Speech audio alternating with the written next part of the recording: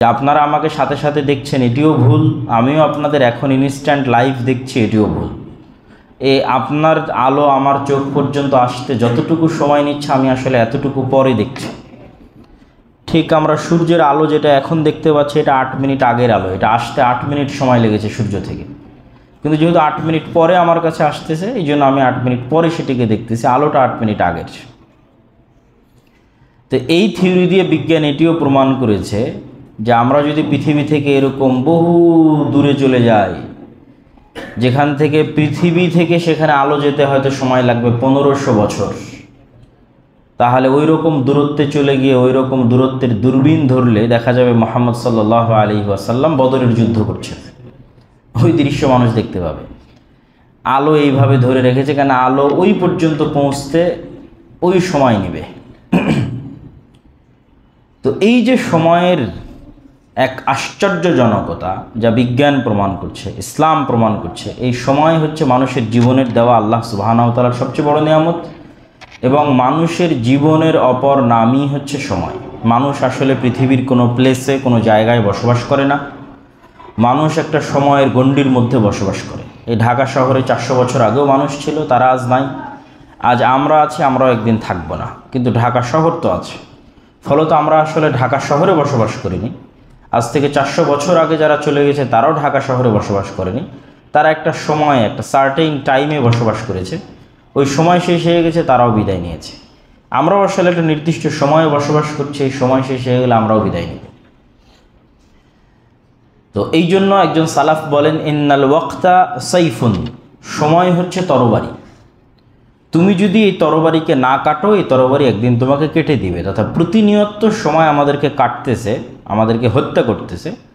তো প্রতি সেকেন্ড সময় আমরা তরবারিকে কাটবো কিভাবে? প্রতি সেকেন্ড সময়কে যদি কাজে লাগানো যায় তাহলে ওই তরবারিকে আমি কাটতেছি।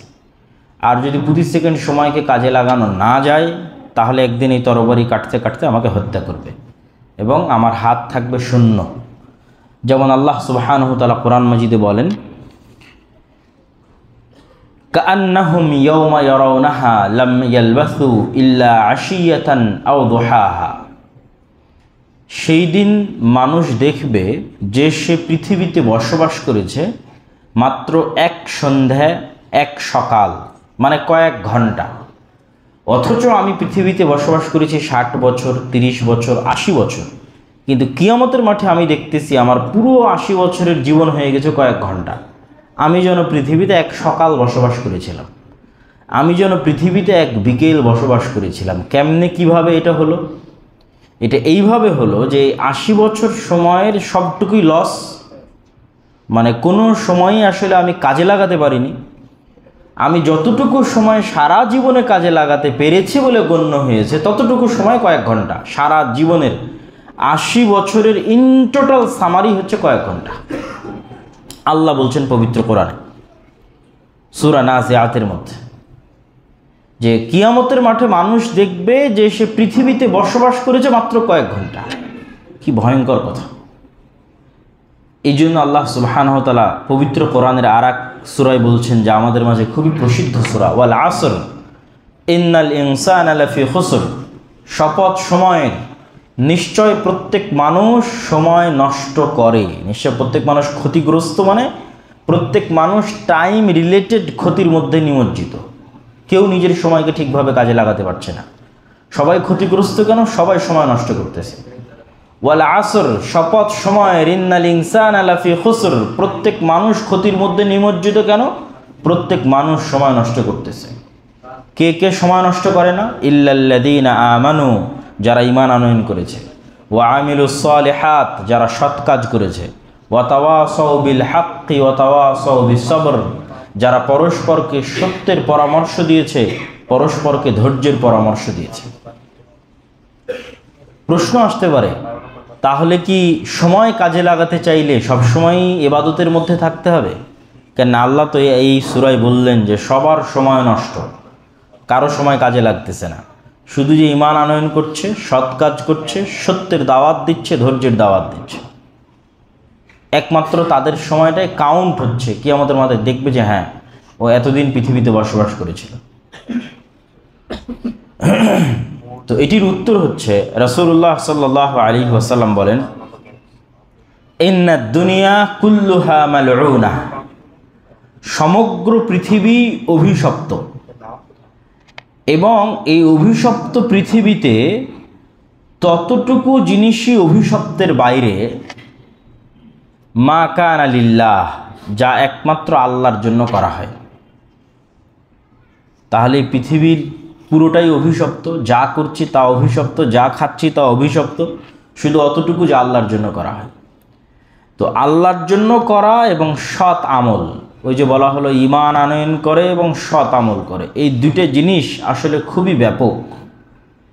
এত ব্যাপক যে পৃথিবীর এমন কোনো কাজ নাই যা এই দুইটার ডেফিনেশনের মধ্যে আসবে না, সংজ্ঞার মধ্যে আসবে না। পৃথিবীর এমন কোনো কাজ নাই যেটাকে সৎ আমলে পরিণত করা সম্ভব নয়। পৃথিবীর এমন কোনো কাজ নাই যে কাজকে আল্লাহর জন্য করা সম্ভব নয়। শুধুমাত্র প্রয়োজন কি, ইন্নামাল আ'মালু বিন্নিয়াত, মানুষের চিন্তা চেতনা কি কারণে সে কাজটা করছে, সেই কারণের যে নিয়ত, ইচ্ছা, সেটি সংশোধনের প্রয়োজন আছে। ইন্নামাল আ'মালু বিন্নিয়াত।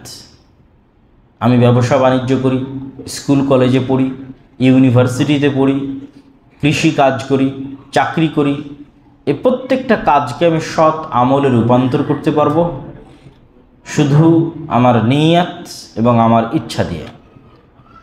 আপনি ব্যবসা করেন, ব্যবসার ক্ষেত্রে আপনি মাথায় রাখেন যে হালাল এবং হারামের মধ্যে আপনি জড়িয়ে পড়ছেন কিনা।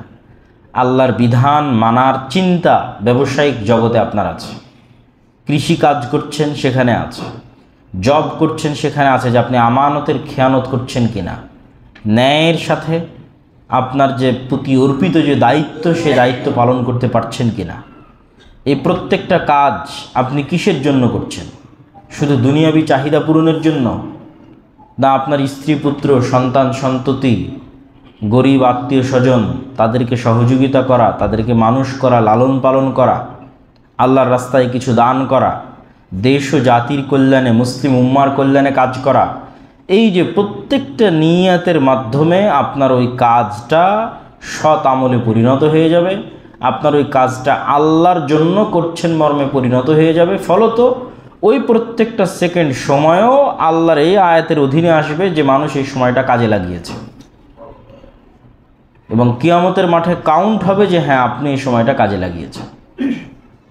সম্মানিত উপস্থিতি, সময়ের যে নিয়ামত, এই নিয়ামতের কথা বলতে গিয়ে রাসূলুল্লাহ সাল্লাল্লাহু আলাইহি ওয়াসাল্লাম বলেন, নি'মাতানি মাগবুনুন ফীহিমা কাসীরুম মিনান নাস।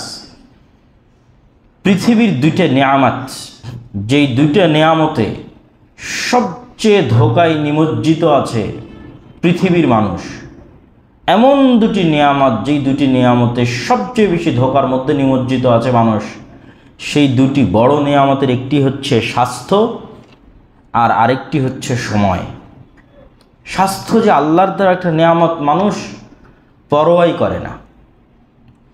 বিড়ি, সিগারেট, নেশা, তারপরে ফাস্ট ফুড, জাঙ্ক ফুড, অলসতা এবং সুন্নতি লাইফস্টাইল রুটিন মেনটেন না করে অস্বাভাবিক জীবনযাপন, সব কিছুর মাধ্যমে নিজের লিভার, পাকস্থলী, হার্ট সব ধ্বংস করে দিচ্ছে। এইটাকে সে আল্লাহ সুবহানাহু ওয়া তাআলার দেওয়া, স্বাস্থ্যকে আল্লাহ সুবহানাহু ওয়া তাআলার দেওয়া নিয়ামত হিসেবে গণ্যই করে না। মানুষ যদি স্বাস্থ্যকে আল্লাহর দেওয়া নিয়ামত গণ্য করত, তাহলে কখনোই সে বিড়ি, সিগারেট, নেশাদার দ্রব্য পান করতে পারতো না।